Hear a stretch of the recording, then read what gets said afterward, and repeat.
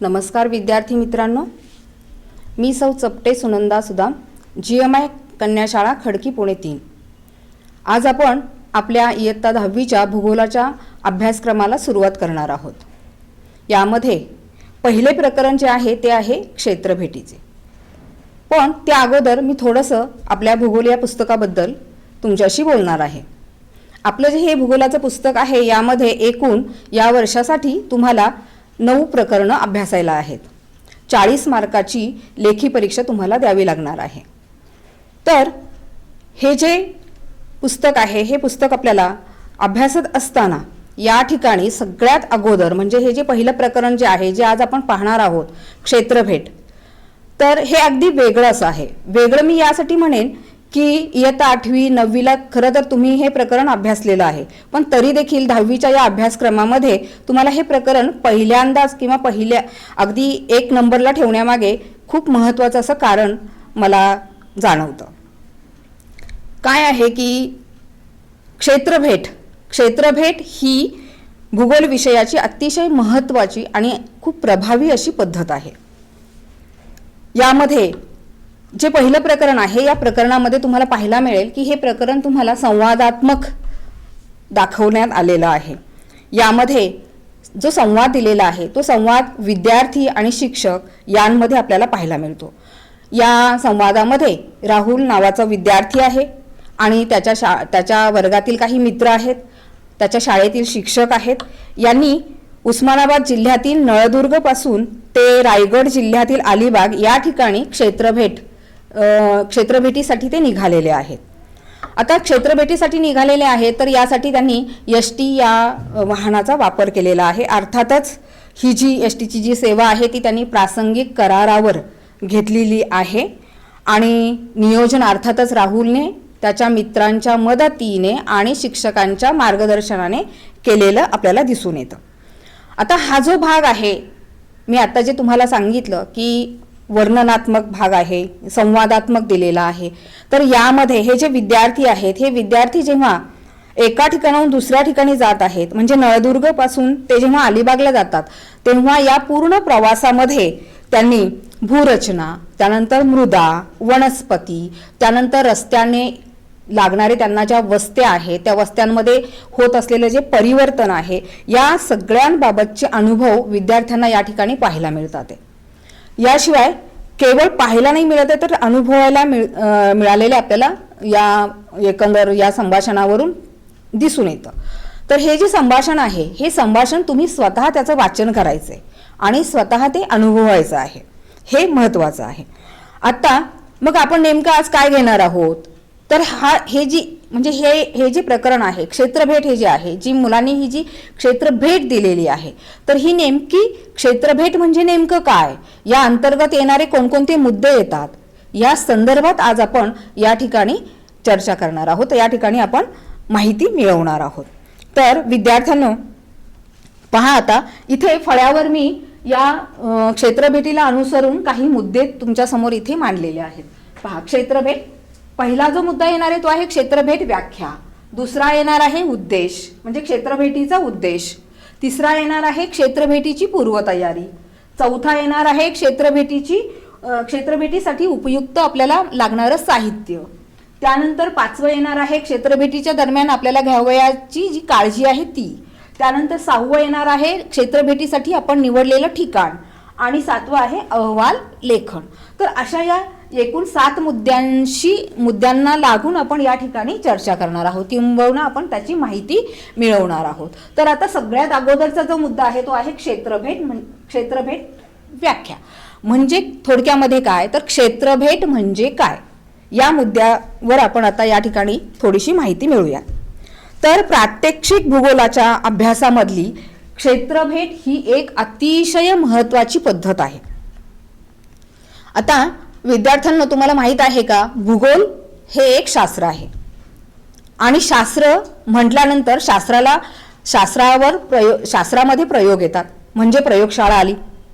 म्हणजेच भूगोल जर या ठिकाणी एक शास्त्र असेल तर प्रयोगशाळा आहे आपली पृथ्वी। आणि मग तुम्ही पहा की भूगोलाच्या असणाऱ्या ज्या काही भूगोलामध्ये येणाऱ्या ज्या काही संकल्पना आहेत त्या संकल्पना जर आपल्याला स्पष्ट करायच्या असतील तर अशा 4 भिंतीमध्ये आपल्याला त्या स्पष्ट नाही होऊ शकणार किंवा आपण त्या स्पष्ट नाही करू शकणार. त्यासाठी आपल्याला या 4 भिंतींच्या बाहेर जावं लागेल. म्हणजेच त्या विशिष्ट ठिकाणाला आपल्याला भेट द्यावी लागेल, प्रत्यक्ष भेट द्यावी लागेल, प्रत्यक्ष आपल्याला त्या ठिकाणी पाहावं लागेल, निरीक्षण करावं लागेल, त्या ठिकाणच्या ज्या संकल्पना आहेत त्या समजून घ्याव्या लागतील. तर क्षेत्रभेटीमध्ये हेच महत्त्वाचं आहे की भूगोलामध्ये आपल्याला काय करायचंय तर ह्या ज्या संकल्पना आहेत त्या समजून घेण्यासाठी आपल्याला या 4 भिंतीच्या बाहेर जायचंय. म्हणजेच काय तर एखाद्या सुनिश्चित असा शब्द वापरलेला आहे, म्हणजे आपण त्या ठिकाणी निश्चित करायचंय की आपल्याला कोणत्या घटकाचा अभ्यास करायचा आहे आणि म्हणून आपण एखाद्या सुनिश्चित ठिकाणाला प्रत्यक्ष भेट द्यायची आहे. प्रत्यक्ष भेट देऊन त्या ठिकाणी असणारे जे काही भौगोलिक घटक आहेत त्या ठिकाणी जी काही सांस्कृतिक आपल्याला माहिती मिळणार आहे तर या भौगोलिक घटकांचा आणि सांस्कृतिक माहिती जी आहे ती संलग्न करणं किंवा ती एकत्रित करणं यालाच म्हटलं जातं क्षेत्रभेट. पहा परत एकदा मी सांगत आहे तुम्हाला की क्षेत्रभेट म्हणजे काय तर क्षेत्रभेट म्हणजे एखाद्या ठिकाणाला प्रत्यक्ष भेट देऊन तेथील भौगोलिक सांस्कृतिक माहितीचं संकलन करणं म्हणजे क्षेत्रभेट होय. आता या व्याख्येमध्ये मी 2 शब्दांचा वापर केला. 2 शब्द कोणते तर भौगोलिक घटक आणि सांस्कृतिक घटक. आता भौगोलिक घटक जे असतात ते पूर्णतः निसर्गतः निर्मित असतात. म्हणजे तुम्ही पहा बरं भूरूप म्हणजे त्या ठिकाणी पर्वत असतील, पठारं असतील, मैदानं असतील, सखल भाग असेल, दऱ्या असतील, तर हा जो भाग आहे हा भाग सगळा भूरूपामध्ये मोडतो. त्यानंतर हवामान, त्या ठिकाणचं हवामान येणार आहे. त्यानंतर त्या ठिकाणची येणारी मृदा म्हणजे जमीन जी आहे, माती जी आहे ती येणार आहे. त्यानंतर वनस्पती येणार आहेत, प्राणी येणार आहेत. तर हे जे सगळे घटक आहेत हे येतात भौगोलिक मध्ये. आता सांस्कृतिक मध्ये कोणते घटक येतात तर सांस्कृतिक मध्ये साधारणपणे आपल्याला मानवनिर्मित जे आहेत ते पाहायला मिळतात. मग मानवनिर्मित कोणते तर मानवांचे जे असलेले व्यवसाय आहेत वेगवेगळे तर ते व्यवसाय येणार आहेत. त्यानंतर वाहतूक असेल, संदेशवहन असेल, त्यानंतर विज्ञान तंत्रज्ञान या अंतर्गत येणारे जे घटक आहेत ते सगळे घटक या ठिकाणी सांस्कृतिक मध्ये येत असतात. तर काय होतं विद्यार्थ्यांनो की जेव्हा आपण त्या एखाद्या ठिकाणाला जेव्हा आपण भेट देतो ना तेव्हा प्रत्यक्ष आपण पाहतो, प्रत्यक्ष आपण स्वतः पाहत असतो. त्यामुळे आपली जी निरीक्षण शक्ती आहे किंबहुना तुमची विद्यार्थ्यांची जी निरीक्षण शक्ती आहे ती सुद्धा त्या ठिकाणी वाढीस लागते. आणि मुळामध्ये निरीक्षण कौशल्य जे आहे, निरीक्षण कौशल्य मी म्हटलेलं आहे की निरीक्षण आपण नाहीतरी नेहमी पाहतच असतो, पण बारकाईने पाहणं किंवा कौशल्यात्मक पाहणं हे खूप गरजेचं आहे. तर ते जे आहे ते जे मूल्य आहे मी म्हणेन की कौशल्य आहे तर ते या ठिकाणी वाढीस लागतं आणि म्हणून क्षेत्रभेट जी आहे ती अत्यंत महत्त्वाची आहे. आता आपण दुसऱ्या मुद्द्याकडे जाणार आहोत. दुसरा मुद्दा आहे पहा क्षेत्रभेटीचा उद्देश. आता उद्देश म्हटलं की तुम्ही पहा बरं कुठल्याही गोष्टीचा उद्देश हा सरळ आणि स्पष्ट असणं गरजेचं आहे. जर सरळ आणि स्पष्ट असेल तर त्यातून आपल्याला त्यावर अभ्यास करणं आणि अभ्यास केल्यानंतर आपल्याला जे हवं आहे ते आपण त्या ठिकाणी निश्चित प्राप्त करू शकतो आणि म्हणून उद्देश जो आहे तो खूप महत्त्वाचा आहे.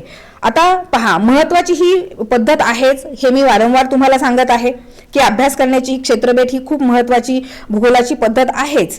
तर यामुळे काय होतं की मानव आणि पर्यावरण यांमधली जी अंतरक्रिया आहे ती अंतरक्रिया म्हणजे मानव आणि पर्यावरण यांच्यामधली जी अंतरक्रिया आहे ती आपल्याला जाणून घेणं हा मूळ उद्देश आहे आपला विद्यार्थ्यांना. आता मी इथे आंतरक्रिया असा शब्द वापरलेला आहे. आंतरक्रिया म्हणजे काय पहा एकमेकांमध्ये होणारी जी देवाणघेवाण म्हणजे मानव आणि पर्यावरण फार महत्त्वाचं आहे. कारण आपण मानव बऱ्याच अंशी आपण पर्यावरणावर अवलंबून असतो आणि ही जी अंतरक्रिया आहे ती अंतरक्रिया खूप व्यवस्थित घडणं खूप गरजेचं आहे. त्यामध्ये जर थोडाफार बदल किंवा काही वेगळेपण जर झालं तर त्याचे परिणाम आपल्याला म्हणजे मानवांनाच मानवालाच भोगावे लागतात. आता एक साधंच आपण उदाहरण घेणार आहोत या ठिकाणी. तुम्ही पहा बरं, मानवाने या ठिकाणी आता आपण पाहतो आहोत की बऱ्याचदा जंगलतोड केली, अनेक कारणांनी त्यांनी जंगलतोड केलेली आहे. घरं बांधण्यासाठी असेल, कारखाना म्हणजे वस्त्या निर्माण करण्यासाठी असेल, किंवा अनेक इतर कारणांसाठी त्यांनी जंगलाची तोड केली. जंगलतोड केली म्हणजेच त्या ठिकाणी जंगलामध्ये असलेले ज्या वनस्पती आहेत त्यांची संख्या कमी झाली. मग तुम्ही पहा बरं, आता जंगल हे काय आहे तर प्राण्यांचं अधिनिवास आहे, म्हणजे त्या ठिकाणी त्यांचं ते राहण्याचं घर आहे प्राण्यांचं. आणि जर आपण त्याच्यावर अशा पद्धतीने प्रहार करत असू तर काय होणार आहे, तर शेवटी त्या प्राण्यांचा उपद्रव आपल्याला होणारच आहे. म्हणजे तुम्ही पहा, तोही एक भाग येईल. दुसरा मी असं सांगेल तुम्हाला की जर समजा आपण जंगलतोड केली तर हवेचं जे प्रदूषण आहे ते वाढायला मदत होणार आहे, म्हणजे त्याचा फटका शेवटी आपल्यालाच बसणार आहे. पावसाचं प्रमाण जे आहे ते अनिश्चित होईल, त्याचाही फटका आपल्यालाच बसणार आहे. म्हणजे ही जी आंतरक्रिया आहे ती आंतरक्रिया व्यवस्थित सुनिश्चित होणं हे खूप महत्त्वाचं आहे. आणि हा जो घटक आहे हा घटक आपल्याला मुख्य म्हणजे या उद्देशामधून स्पष्ट करायचा आहे. आता ही जी भौगोलिक संकल्पना आणि घटकांचा जो प्रत्यक्ष जो संबंध आहे तो सुद्धा आपल्याला जाणून घेणं गरजेचं असतं. तर तोही एक उद्देश आहे. आता इथे मी तुम्हाला सांगेल, मी तुम्हाला नुसतं म्हटलं मुलांना नदीमध्ये की नाही, काही नदीच्या अंतर्गत भागामध्ये किंवा नद्या आपल्या प्रवाहामध्ये खळगे निर्माण करतात, रांजण खळगे निर्माण होतात, असं मी केवळ तुम्हाला सांगितलं. किंवा म्हणाले रांजण खळगे म्हणजे काय होतं की खूप असे खोल खड्डे पडलेले असतात नदीच्या प्रवाहामध्ये, असं मी तुम्हाला सांगितलं. तर तुम्हाला ते कितपत लक्षात राहील आणि ते किती काळ दीर्घकाळ तुमच्या लक्षात राहील हा एक मोठा प्रश्नच आहे. तर जर प्रत्यक्ष तुम्ही विचार करा, प्रत्यक्ष जर आपण अशा ठिकाणी भेट दिली की ज्या ठिकाणी रांजण खळगे आहेत तर तुम्हाला तो भाग स्पष्ट व्हायला खूप मदत होईल. आणि मला असं वाटतं की तो भाग तुम्ही कधीच विसरणार नाही. तुम्ही प्रत्यक्ष त्या ठिकाणी रांजण खळगे बघणार आहात, ते रांजण खळगे कशा पद्धतीने निर्माण झालेले आहेत, जेव्हा हे स्पष्टीकरण तिथे त्या क्षेत्राला भेट देऊन जेव्हा शिक्षकांच्या स्पष्टीकरणातून तुम्हाला समजणार आहे तेव्हा ती बाब तुम्ही कधीच तुमच्या लक्षातून जाणार नाही, तुमच्या ती कायम लक्षात राहणार आहे. म्हणून हाही एक उद्देश आहे की संकल्पना ज्या आहेत, ज्या भौगोलिक संकल्पना आहेत किंवा त्या ठिकाणी असणाऱ्या घटकांचा ज्या काही प्रतिक्रिया आहेत त्या प्रतिक्रियांचा आपण अशा पद्धतीने अभ्यास करू शकतो, शोध घेऊ शकतो. आता तिसरा मुद्दा जो आहे यातलाच उद्देशामधला तो असा असेल जो मी आता मगाशी पण सांगितला की मानव आणि पर्यावरणामधला सहसंबंध जो आहे तो तर आहेच. यानंतर आणखी एक आपला उद्देश असणार आहे क्षेत्रभेटीचा, तो म्हणजे त्या संबंधित क्षेत्रामध्ये जे काही थोडक्यामध्ये ऐतिहासिक असेल, आर्थिक असेल, सांस्कृतिक असेल, त्या ठिकाणच्या परिस्थितीचा आपल्याला अभ्यास करता येणार आहे. आज तुम्ही पाहत आहात मुलांनो की निसर्ग जो आहे, निसर्ग आणि मानव यांमधला जो सहसंबंध आहे तो अतिशय महत्त्वाचा आहे. मी पुन्हा वारंवार त्या एका घटकावर जास्त जोर देत आहे. याचं कारण आहे की तुम्ही ते समजून घ्यायचं आहे आणि लक्षात ठेवायचं आहे. तर निसर्ग जो आहे त्याचा आणि मानवाचा म्हणजेच पर्यावरणाचा अत्यंत महत्त्वाचा असा संबंध आहे आणि ती एक विशिष्ट अशी साखळी असते. ती साखळी जी आहे ती साखळी कधीही तुटता कामा नये. जर ती साखळी तुटली, जर ती साखळी आपण म्हणजे मानवाने नीट समजून घेतली नाही आणि जर मानवाकडून पर्यावरणावर, निसर्गावर जर अन्याय जर होत राहिला तर त्याचे परिणाम आपल्याला भोगावेच लागतात आणि ते खूप मोठ्या प्रमाणात असतात. आता त्यासाठी मी आणखी एखादं उदाहरण तुम्हाला देणार आहे. आता तुम्ही पाहत आहात बऱ्याचदा शेतकरी शेतामध्ये पीक जास्त यावं म्हणून रासायनिक खतांचा वापर ते करतात. रासायनिक खतांनी काही वर्षापर्यंत पीक उत्पादन जास्तही येतं, पण त्याने काय होतं की जमिनीचा जो पोत आहे, जमिनीचा जो कस आहे तो कमी होतो. म्हणजेच त्या ठिकाणी जमिनीमध्ये असणारे जे काही जैविक असतील किंवा जी काही मूलद्रव्य असतील त्यांचा नाश होतो आणि काही कालांतराने ती जी जमीन आहे ती नापीक व्हायला लागते. तर अशा पद्धतीने जमीन नापीक जर झाली तर त्याचे दुष्परिणाम मग अर्थातच शेतकऱ्यांना पुढे भोगावेच लागतात. मगाशी मी तुम्हाला पाऊस पडण्याचं पण उदाहरण दिलंच आहे. तर अशा पद्धतीने आपल्याला थोडक्यामध्ये हा जो उद्देश आहे म्हणजे क्षेत्रभेटीचा जो उद्देश आहे की हा जो मानव आणि पर्यावरण यामधला जो सहसंबंध आहे तो सहसंबंध आपण लक्षात घेणं खूप खूप गरजेचं आहे. यानंतर आपण जाणार आहोत तिसऱ्या पॉइंटकडे. क्षेत्रभेटीचा तिसरा पॉइंट आहे पूर्वतयारी. मुलांनो, कोणतीही बाब असो आपल्याला पूर्वतयारी ही करावीच लागते. अगदी तुम्ही पहा, शाळेत जायचं म्हटलं तरी पूर्वतयारी करावी लागते. आता अर्थातच जर एखाद्या बाहेर गावी जायचंय, मामाच्या गावाला जायचंय, तरी तुम्हाला पूर्वतयारी करावीच लागते. तुम्ही पहा बरं, मामाच्या गावी जायचंय म्हटल्यानंतर तुम्ही अगोदरच्याच दिवशी काय करणार आहात? तुम्ही तुमची बॅग भरणार आहात, आवश्यक कपडे भरणार आहात, तुम्हाला इतर साहित्य जे लागणार आहे ते तुम्ही घेणार आहात. म्हणजे ही जी आहे ही तयारी, ज्याला आपण नियोजन म्हणतो, तर हे जे नियोजन आहे ते करावंच लागतं. आणि जर ते नियोजन आपण केलं नाही तर ऐन वेळेला खूप गोंधळ होऊ शकतो आणि अपेक्षित ज्या गोष्टी आहेत, ज्या आपल्याला अपेक्षित आहेत त्या पुढे आपल्याला प्राप्त नाही होत. आणि म्हणून मग या ठिकाणी सुद्धा क्षेत्रभेटीसाठी सुद्धा आपल्याला पूर्वतयारीची नितांत आवश्यकता असते, खूप गरज असते. म्हणजेच नियोजन खूप महत्वाचं आहे. प्रथम बाब अशी आहे की पहिल्यांदा आपल्याला काय करायचंय की आपल्याला नेमकं कोणत्या ठिकाणाला भेट द्यायची आहे हे निश्चित करायचंय, की अमुक एका ठिकाणाला आपल्याला भेट द्यायची निश्चित करायचं आहे. त्यानंतर काय करायचं आहे की आपण त्या ठिकाणाला भेट देणार आहोत, परंतु कोणत्या कारणास्तव, म्हणजेच आपला जो हेतू आहे तो हेतू आपण निश्चित करायचा आहे की आपण कोणत्या कारणासाठी त्या ठिकाणाला भेट देत आहोत. आता हे झाल्यानंतर आपल्याला तिसरा घटक जो आहे त्याकडे वळावं लागतं, ते म्हणजे वेळापत्रक. क्षेत्रभेटीचं वेळापत्रक अतिशय महत्वाचं आहे. जसं मी मगाशी तुम्हाला म्हणाले की मामाच्या गावाला जायचंय, मग जर तुम्ही सार्वजनिक वाहनाने जाणार असाल, एसटीने जाणार असाल किंवा इतर कुठल्या रेल्वेने जाणार असाल, तर या ठिकाणी तुम्हाला त्या ठिकाणी पाहावं लागणार आहे की किती वाजता गाडी आहे, मग मला एसटी स्टँडला किंवा रेल्वे स्टेशनला मला किती वाजता जायचंय, किंवा अगोदर त्या ठिकाणी आरक्षण करायचंय का, हे सगळं तुम्हाला अगोदर बघावं लागतं. तसं इथे सुद्धा एखाद्या ठिकाणाला भेट देत असताना आपल्याला सुद्धा वेळापत्रक करणं गरजेचं आहे. म्हणजे आपण निघणार किती वाजता आहोत, आपल्याला प्रवासाला किती वेळ लागणार आहे, तिथे त्या ठिकाणावरच्या तिथे गेल्यानंतर आपल्याला किती वेळ त्या ठिकाणी अभ्यासाला लागणार आहे, त्यानंतर आपल्याला अर्थातच आपल्या इतर गोष्टी ज्या आहेत म्हणजे जेवण असेल करणं, विश्रांती घेणं असेल, यासाठी किती वेळ लागणार आहे. तर असं हे जे वेळापत्रक आहे, त्यानंतर आपण तिथून परतीच्या प्रवासाला किती वाजता निघणार आहोत, या सगळ्या गोष्टींचं नियोजन जे आहे ते नियोजन आपल्याला करावं लागतं. त्यानंतर चौथा जो मुद्दा आहे तो पहा. आता क्षेत्रभेट, आपण अनोळखी ठिकाणी जात आहोत, म्हणजे तुम्हाला त्या ठिकाणी खूप खबरदारी घेणं गरजेचं आहे. तुम्ही बघा, त्या ठिकाणी तुम्हाला जायचंय, अनोळखी ठिकाण आहे, म्हणजे तुमच्याबरोबर नकाशे असणं गरजेचं आहे. नकाशे घ्या तुम्ही. केवळ नकाशेच नाही, तुम्ही पहा एखाद्या अनोळखी ठिकाणाला आपण भेट देतोय, तुम्ही विचार करा, एखाद्या बहुउद्देशीय धरण सारख्या प्रकल्पाला तुम्ही भेट देत आहात किंवा एखाद्या अभयारण्याला भेट देत आहात, तर तिथे तुम्हाला काय करायचंय, तिथे तुम्हाला परवानगीची गरज असते.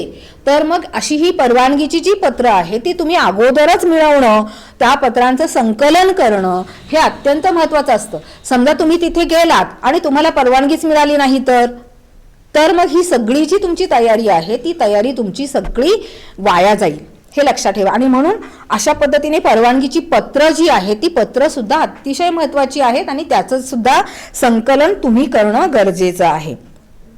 आता हे झाल्यानंतर आणखी कोणत्या गोष्टीची तुम्हाला तयारी करायची आहे, तर तुम्हाला तयारी ही करायची आहे की ज्या तुम्ही घटकाला भेट दिलेली आहे त्या संदर्भामध्ये अगोदरच तुम्ही प्रश्नावली तयार करून ठेवा. कोणकोणते प्रश्न तुमच्या मनामध्ये आहेत, म्हणजे प्रश्नावली कशासाठी, तर त्या प्रश्नाद्वारे त्या घटकाचा तुम्हाला व्यवस्थित अभ्यास करता येईल. असं व्हायला नको, अरेच्या हे विसरलोच आणि आपण पुन्हा काही त्या इतक्या लांबच्या ठिकाणी जाऊन पुन्हा तो घटक अभ्यासू शकत नाही. म्हणून अगोदरच तयारीमध्ये आपण प्रश्नावली जी आहे ती आपल्याकडे तयार असणं, उद्देशानुसार प्रश्नावली तयार असणं अत्यंत महत्वाचं आहे.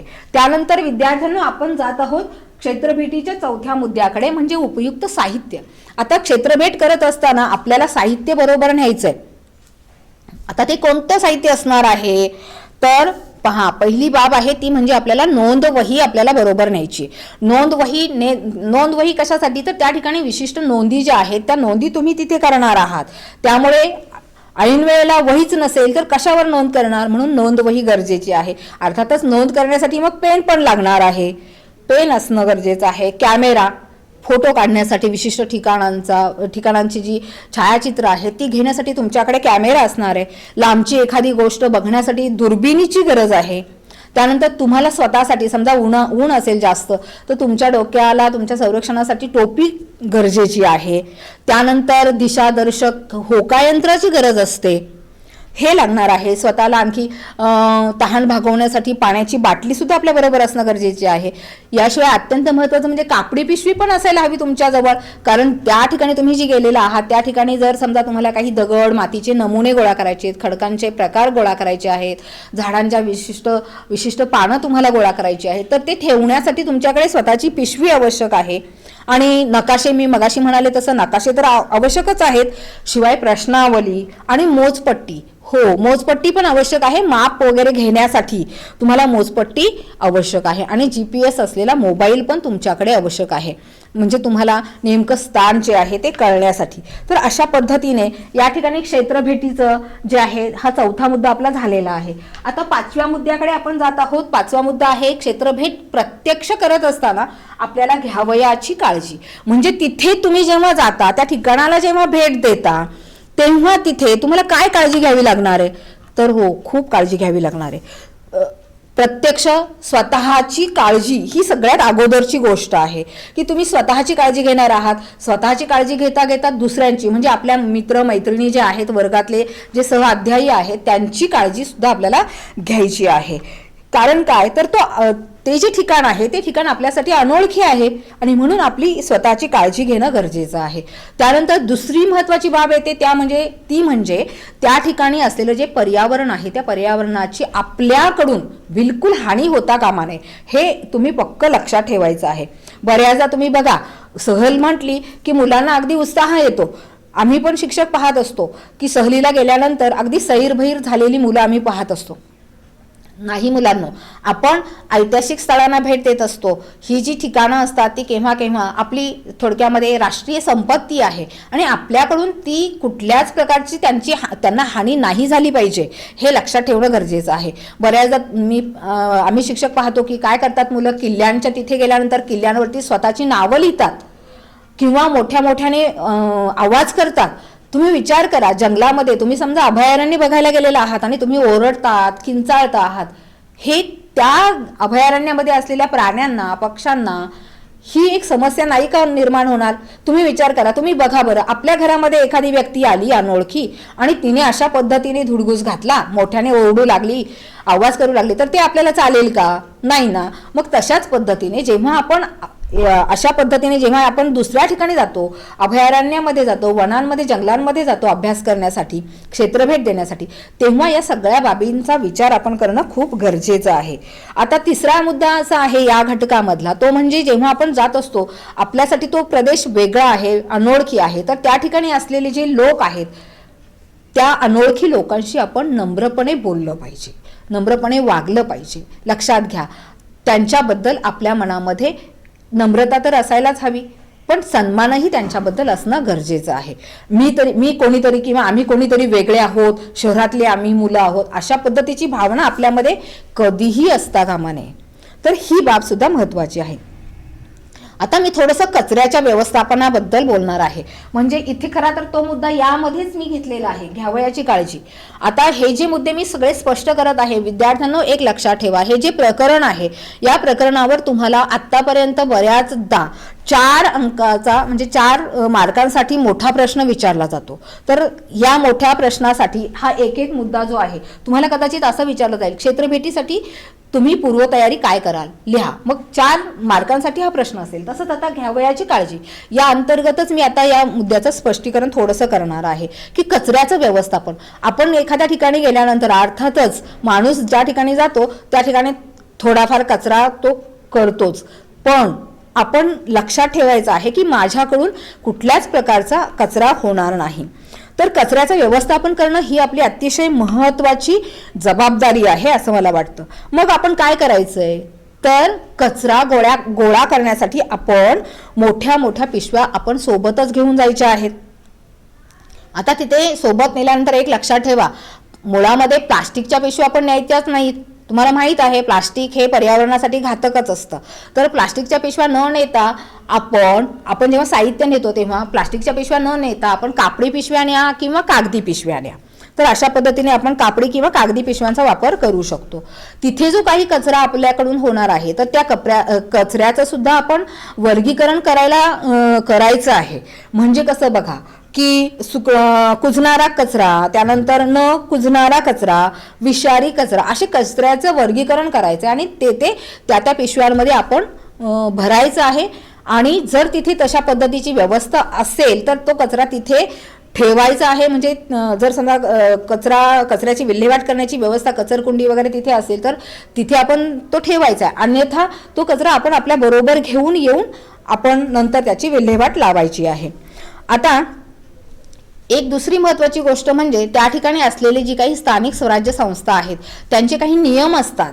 त्या नियमांचं आपल्याकडून तंतोतंत पालन होणं सुद्धा गरजेचं आहे. स्वतःच्या वस्तूची आपण काळजी घ्यायची आहे.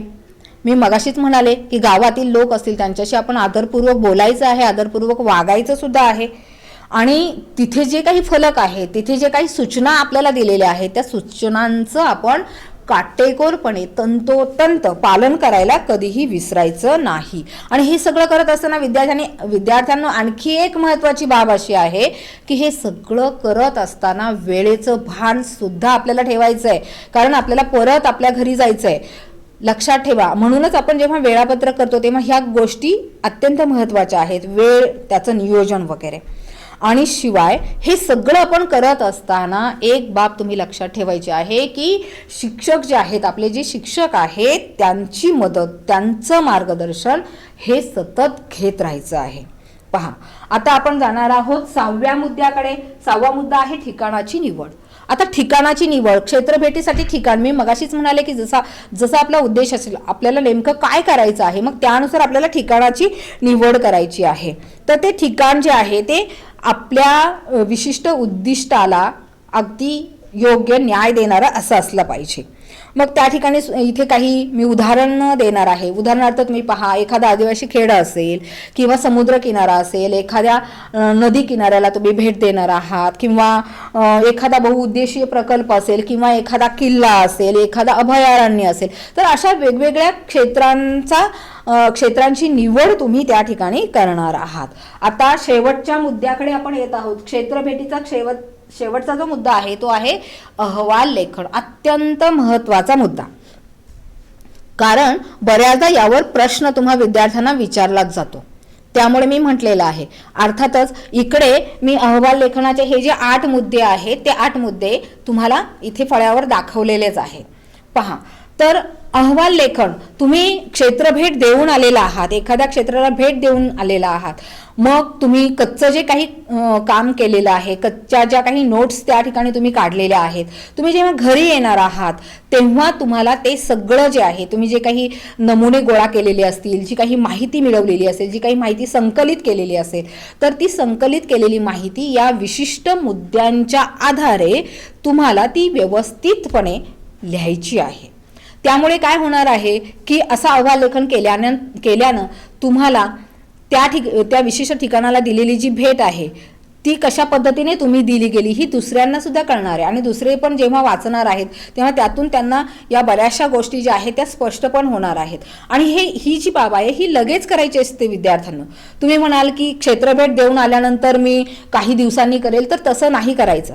क्षेत्रभेट देऊन आल्यानंतर आपण अहवाल लेखन जे आहे ते लगेच लिहायचंय. कारण बऱ्याच गोष्टी आपल्या लक्षामध्ये काही अवधीमध्ये असतात आणि काही कालांतरानंतर आपल्याला त्याचं विस्मरण होत असतं. म्हणून अहवाल लेखन आपल्याला करायचं आहे. तर हे जे 8 मुद्दे आहेत पहा, पहिला आहे प्रस्तावना, दुसरा स्थान व मार्गदर्शन, तिसरा आहे प्राकृतिक घटक, चौथा हवामान, नंतर 5वा आहे लोकजीवन, 6वा येतोय पर्यावरणीय समस्या, 7वा भूमी उपयोजन आणि 8वा आहे निष्कर्षण. आता प्रस्तावनेमध्ये नेमकं तुम्हाला काय लिहायचंय, तर प्रस्तावनेमध्ये तुम्हाला हे लिहायचं आहे की ज्या तुम्ही भागाला क्षेत्रभेट दिलेली आहे ती क्षेत्रभेट तुम्ही का दिली, किंवा ती तुम्ही कोणाच्या प्रेरणेने दिली, त्या क्षेत्रभेटी मागे तुमचा काय उद्देश होता, किंबहुना ते क्षेत्र तुम्ही का निवडलं. तर ह्या घटकांचा उल्लेख इथे प्रस्तावनेमध्ये तुम्हाला करायचा असतो. त्यानंतर हा जो दुसरा मुद्दा आहे स्थान व मार्गदर्शन, यामध्ये काय येतं, तर निवडलेलं हे जे ठिकाण आहे ते ठिकाण नेमकं त्याचं स्थान कुठे आहे, म्हणजे उदाहरणार्थ कोणत्या जिल्ह्यामध्ये आहे किंवा कोणत्या तालुक्यामध्ये आहे ते स्थान लिहायचं आहे. त्यानंतर त्या ठिकाणी जाण्यासाठी तुम्हाला कोणता मार्ग तुम्ही अवलंबला, त्यानंतर तुम्हाला मार्गदर्शन म्हणून तुम्ही काही इतर गोष्टींचा वापर केला का, म्हणजे नकाशे वगैरे वापरले का, तर अशा पद्धतीने या ठिकाणी तुम्हाला या दुसऱ्या म्हणजे स्थान व मार्गदर्शन या पॉईंट्समध्ये तुम्हाला लिहावं लागतं. आता तिसरा जो आहे प्राकृतिक घटक. आता प्राकृतिक घटकामध्ये पहा, निवडलेले जे घटक आहेत म्हणजे अभ्यासासाठी तुम्ही निवडलेले जे घटक आहेत तर त्याचा उल्लेख त्या ठिकाणी करायचा आहे. म्हणजे तो जो प्राकृतिक घटक होता, डोंगर असेल किंवा पर्वत असेल, मैदानी प्रदेश असेल, म्हणजे सखल मैदानी प्रदेश असेल किंवा समुद्रकिनारा असेल किंवा एखादा आपण पाहिलं की एखादा तुम्ही कारखान्याला भेट दिलेली असेल तर तो जो घटक आहे तर त्या घटकाचा स्पष्ट उल्लेख या तिसऱ्या पॉईंटमध्ये म्हणजे प्राकृतिक घटकामध्ये तुम्हाला करावा लागतो. त्यानंतर चौथा जो आहे हवामान. हवामानामध्ये तुम्हाला काय लिहायचं आहे तर तो जो ते जे स्थान होतं म्हणजे क्षेत्रभेट ज्या ठिकाणाला तुम्ही दिलेली होती तर त्या ठिकाणचं हवामान किंबहुना ते स्थान समुद्र सपाटीपासून किती उंचावर होतं ही बाब त्या ठिकाणी तुम्हाला नमूद करावी लागेल. म्हणजे समुद्र सपाटीपासून उंची असेल, त्या ठिकाणचं तापमान असेल, त्या ठिकाणचं हवामान असेल, शिवाय त्या ठिकाणी असलेली हवेमधली जी आर्द्रता आहे ती तुम्हाला लिहावी लागेल. तर या सगळ्या बाबी ज्या आहेत त्या हवामानामध्ये येतील. यानंतर पाचवा जो पॉईंट आहे तो आहे लोकजीवन. लोकजीवनामध्ये पहा, लोकजीवन लिहित असताना त्या ठिकाणी असलेली जी मानवी वस्ती आहे मग ती कुठल्या प्रकारची होती, म्हणजे वस्त्यांमध्ये जे वेगवेगळे प्रकार आहेत. म्हणजे उदाहरणार्थ तुम्ही पहा बरं, पठारावर राहणारी जी लोक आहेत त्यांची घरं वेगळी असतात, किनारपट्टीला राहणारी लोक आहेत त्यांची वेगळी असतात, त्यानंतर कोकणातले लोक आहेत त्यांची जी घरं आहेत ती वेगळी असतात. म्हणजे अशा पद्धतीने हे जे घरांचे जे वेगवेगळे वस्त्यांचे जे वेगवेगळे प्रकार आहेत ते तुम्हाला इथे नमूद करावे लागणार आहेत. त्यानंतर त्या लोकांचं जे जीवनमान आहे ते तुम्हाला तिथे लिहावं लागणार आहे. जीवनमानामध्ये मग ते लोक कोणते व्यवसाय करतात, त्यांचं साधारणपणे राहणीमान कसं आहे, त्यांचं दैनंदिन म्हणजे अन्न काय आहे, अशा पद्धतीने या ठिकाणी तुम्हाला या लोकजीवनाचा हा जो पॉइंट आहे त्यामध्ये तुम्हाला लिहावं लागणार आहे. त्यानंतर आहे पर्यावरणीय समस्या. आता पर्यावरणीय समस्यामध्ये म्हणजे समस्या ह्या बऱ्याच अंशी असतातच. तर हा एक अतिशय महत्त्वाचा पॉइंट आहे, कारण तुम्ही जेव्हा या पूर्ण भागाचा अभ्यास करण्यासाठी गेलेला आहात तर तेव्हा तुम्हाला त्या ठिकाणी असणाऱ्या समस्या ज्या आहेत त्या समस्या जाणवल्याच पाहिजेत, कारण पुढे जाऊन आपल्याला त्या समस्यांवर उपाययोजना पण करायच्या आहेत. तर म्हणून पर्यावरणीय समस्या काय काय जाणवल्या, म्हणजे एखाद्या ठिकाणाला तुम्ही भेट दिली असेल तर वन्य प्राण्यांची समस्या होती का, किंवा त्या ठिकाणी हवेचं प्रदूषण, वायू प्रदूषण होतं का, सांडपाण्याची समस्या होती का, वृक्षतोडीची समस्या होती का. तर अशा पद्धतीने या ज्या समस्या आहेत या समस्या तुम्हाला त्या ठिकाणी नमूद कराव्या लागणार आहेत. आता मी मगाशी म्हणाले तुम्हाला की समस्या आली म्हणजे त्या समस्येची थोडक्यामध्ये समस्या जी आहे ती सोडवणं किंवा त्यावर उपाययोजना तुम्ही स्वतः सुचवायच्या आहेत. या ठिकाणी तुम्ही स्वतः सुचवायचे आहेत की या समस्यांवर उपाययोजना काय असू शकतात हे लक्षात ठेवा. त्यानंतर सातवा महत्त्वाचा पॉईंट आहे भूमी उपयोजन. म्हणजे तुम्ही तिथे गेलेला आहात तर त्या ठिकाणी असलेली जी पूर्ण जमीन आहे त्या जमिनीचं जे उपयोग आहे तो कशा पद्धतीने झालेला आहे, म्हणजेच त्या जमिनीचा जो वापर आहे तो वापर कशासाठी झालेला आहे. म्हणजे त्या ठिकाणच्या लोकांनी ती जी जमीन आहे ती शेतीसाठी वापरलेली आहे, म्हणजे शेती लागवडीखाली किती आहे, त्यानंतर घरं बांधण्यासाठी राहण्यासाठी किती जमीन वापरलेली आहे, किती प्रमाणात ती वापरलेली आहे हे आपल्याला त्या ठिकाणी नमूद करावं लागेल. किंवा कारखाने आहेत का, किंवा इतर अनेक गोष्टींसाठी त्या ठिकाणच्या जमिनीचा वापर झालेला आहे का. तर ह्या ज्या बाबी आहेत या बाबी या भूमी उपयोजनामध्ये तुम्हाला नमूद कराव्या लागणार आहेत. त्यानंतर आठवा महत्त्वाचा पॉईंट आहे निष्कर्ष. निष्कर्ष म्हणजे काय एकंदर, तर आता हे जे सगळं तुम्ही म्हणजे क्षेत्रभेट केलेली आहे, सगळा अभ्यास तुम्ही केलाय, त्यावर म्हणजे समस्या जाणून घेतल्या, समस्यांवर उपाय केलेला आहे, हे सगळं तुम्ही केलेलं आहे. तर ह्या सगळ्याचा ओहापोह म्हणजे एकंदर निष्कर्षामध्ये तुम्हाला लिहायचं आहे. म्हणजे ही जी क्षेत्रभेट आहे ती क्षेत्रभेट तुम्हाला अध्ययन अनुभूती म्हणून कशी वाटली हे तुम्ही या निष्कर्षामध्ये नमूद करायचंय की कशी वाटली तुम्हाला आनंददायी वाटली का, तुम्हाला यातून शिकायला मिळालं का, म्हणजे कुठले अनुभव तुम्हाला आले. तर हे जे आहे हे या शेवटच्या पॉइंटमध्ये तुम्हाला व्यक्त करायचं आहे, म्हणजे निष्कर्षामध्ये व्यक्त करायचं आहे. तर अशा पद्धतीने विद्यार्थ्यांनो क्षेत्रभेट हा जो पाठ आहे, हा पाठ म्हणजे क्षेत्रभेट हा भूगोल अभ्यासाचा मी म्हणेन कणा आहे. म्हणजे पाठीचा जो कणा असतो, तुम्ही पहा बरं, आपला जर पाठीचा कणा जर सरळ असेल, ताठ असेल, तर आपली हालचाल व्यवस्थित होऊ शकते. तर तशा पद्धतीने क्षेत्रभेट हा भूगोल अभ्यासाचा कणा आहे. आणि म्हणूनच मला असं वाटतं की तुमच्या 10वीच्या पुस्तकामध्ये हा पहिलाच पाठ ठेवलेला आहे त्यांनी. आता तुम्हाला तर माहीतच असेल किंवा तुम्ही जर पुस्तक थोडंसं म्हणजे पाहिलं असेल बरोबर, तर तुमच्या लक्षात आलं असेल की पुढे तुम्हाला म्हणजे पहिल्या प्रकरणानंतर दुसऱ्या प्रकरणापासून तुम्हाला ब्राझील आणि भारत या दोन्ही देशांचा तौलनिक अभ्यास करायचा आहे. तर हा जो अभ्यास जर क्षेत्रभेटीने करणं शक्य, अर्थात आपल्याला शक्य नाही एवढं की ब्राझीलला भेट देणं, पण तरीही मी म्हणेन की चित्रात्मक म्हणूयात, आपण नकाशाद्वारे म्हणूयात, तर अशी जर आपण भेट देऊ शकलो तर तेही त्यातून करणारा म्हणजे केला गेलेला जो अभ्यास आहे तो सुद्धा दीर्घकाळ लक्षात राहणारा आहे. आणि म्हणून क्षेत्रभेट जो आहे तो अतिशय महत्त्वाचा घटक आहे. आणि म्हणूनच पाठ्यपुस्तकामध्ये हे पहिलं प्रकरण ठेवलेलं असावं असं मला वाटतं. मला वाटतं आता क्षेत्रभेटीबद्दल तुम्हाला बरीचशी गोष्ट, बऱ्याचशा बाबी ज्या आहेत त्या तुमच्या स्पष्ट झालेल्या असतील. धन्यवाद.